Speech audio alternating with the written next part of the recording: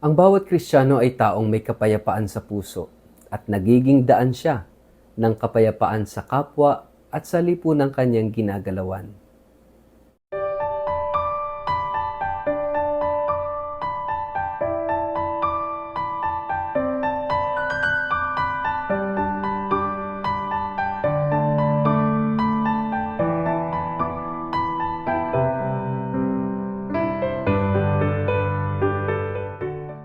Ang mabuting balita ng Panginoon ayon kay San Lucas. Pagkatapos nito, pumili pa ang Panginoon ng 72. Sila ay isinugo niya ng dala-dalawa sa bawat bayan at puok na pupuntahan niya.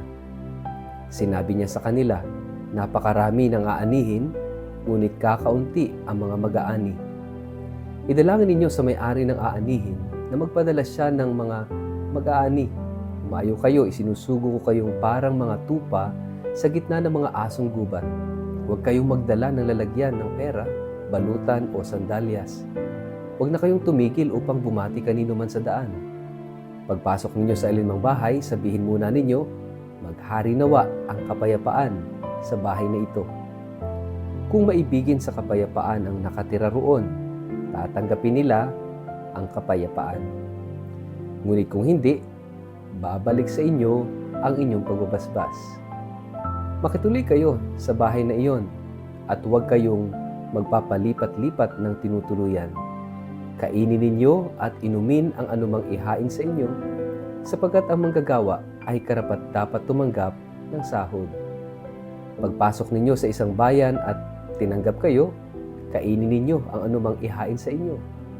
Pagalingin ninyo ang mga may sakit doon at sabihin sa mga taga roon, malapit na sa inyo ang kaharian ng Diyos.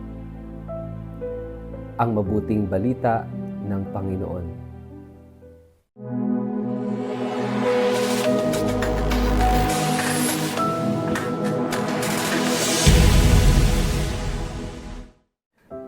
Mapagpalang araw po sa inyong lahat. Kumusta po kayo? Ang atin pong word of the day ay peace. Bago po tayo magpalalim sa ating refleksyon ngayong araw na ito, kayo po ay muli kong inaanyayahan. Kung nakakatulong sa inyo ang word of the day, please don't forget to like, follow at subscribe sa ating page na Word of the Day at Father Richard Lagos. Ganun din po, samahan po ninyo ako sa pagiging media evangelizer at online missionaries sa pamamagitan ng pag-share ng video ito sa inyong kapamilya, kamag-anak, kaibigan at mga kakilala sa social media para sama-sama tayong magpalaganap ng salita ng Diyos sa mundo ng social media. Mga kapatid, are you a man or woman of peace?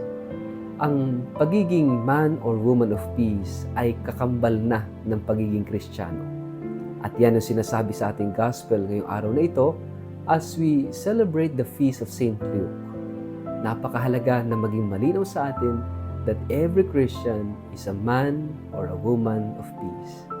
Kapag tayo ay sumisira sa kapayapaan, then we cease to be a true Christian. Sapagkat ang totoong Kristiyano ay daan ng kapayapaan. Tayong lahat. Because Jesus Christ, kaya nga tayo Kristiyano, dahil si Kristo ang ating sinusundan at si Jesucristo ang prinsipe ng kapayapaan. Kaya nga, napakahalaga that we understand well what does it mean to be a man or woman of peace. Yan yung sinasabi rito na ating Panginoon sa ating gospel. Isinusugo ko kayo. No? I am sending you like lambs among the wolves. Sa parang tupa sa gitna ng mga asong gubat. Imagine that lamb. Siyempre, napakaamo ng tupa. Sinusugo ni Jesus sa gitna ng mga asong gubat. Siyempre din nilapa ng mga asong gubat itong tupa. At sabi niya, wag daw magbitbit ng kahit ano sa ating misyon sa buhay. Para bang you travel light sa buhay na ito. Ibang sinasabi pa rito na maging daan ng kapayapaan. Para bang itinuturo na ating Panginoon sa ating ebanghelyo na alisin natin yung mga worldly cares. No? Kapag tayo ay naging tagasunod ni Kristo, we are being invited to set aside, to leave behind yung ating mga worldly cares. Kasi unang-una, yung kapayapaang sinasabi niya ay kinakailangan mag-umpisa sa ating sarili.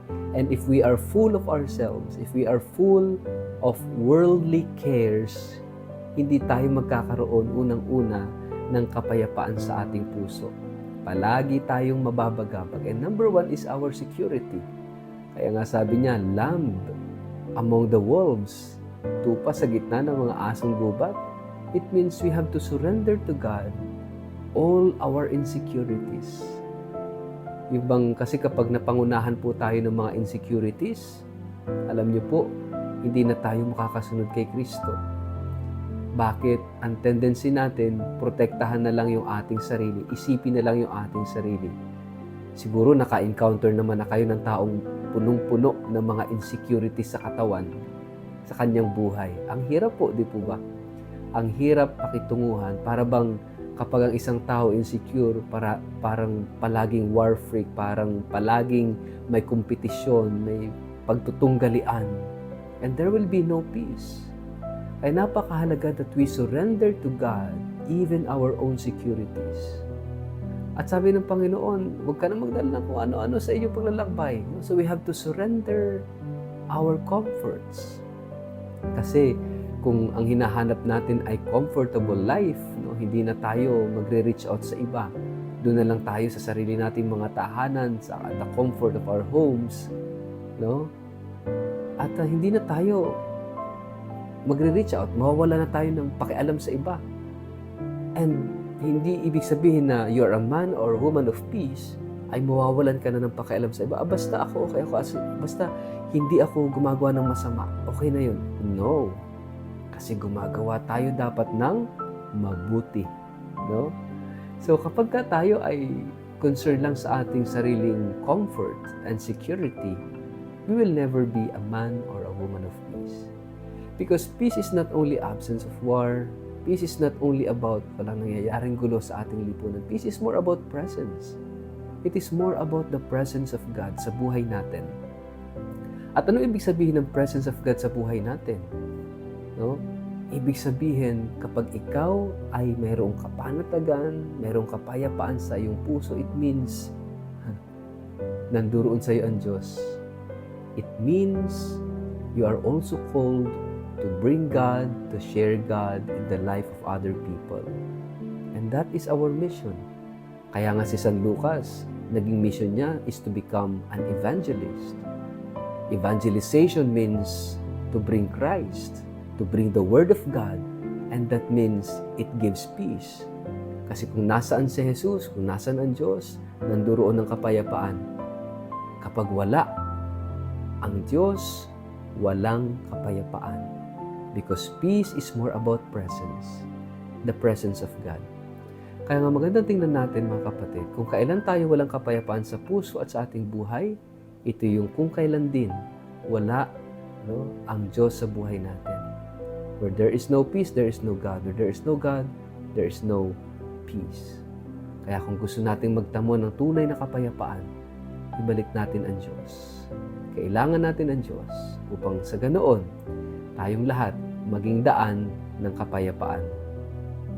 Sa ngalan ng Ama at ng Anak at ng Espiritu Santo, Amen. Ama naming Diyos, gawin mo kaming instrumento. Gawin mo kaming daan ng kapayapaan. Puspusin mo kami ng iyong presensya. Alisin mo ang takot at pangamba sa aming mga puso at palitan mo ng lubos na pagtitiwala sa iyo. Amen. Pagpalain po kayo at ingatan ng makapangyarihang Diyos, Ama at Anak at Espiritu Santo. Amen.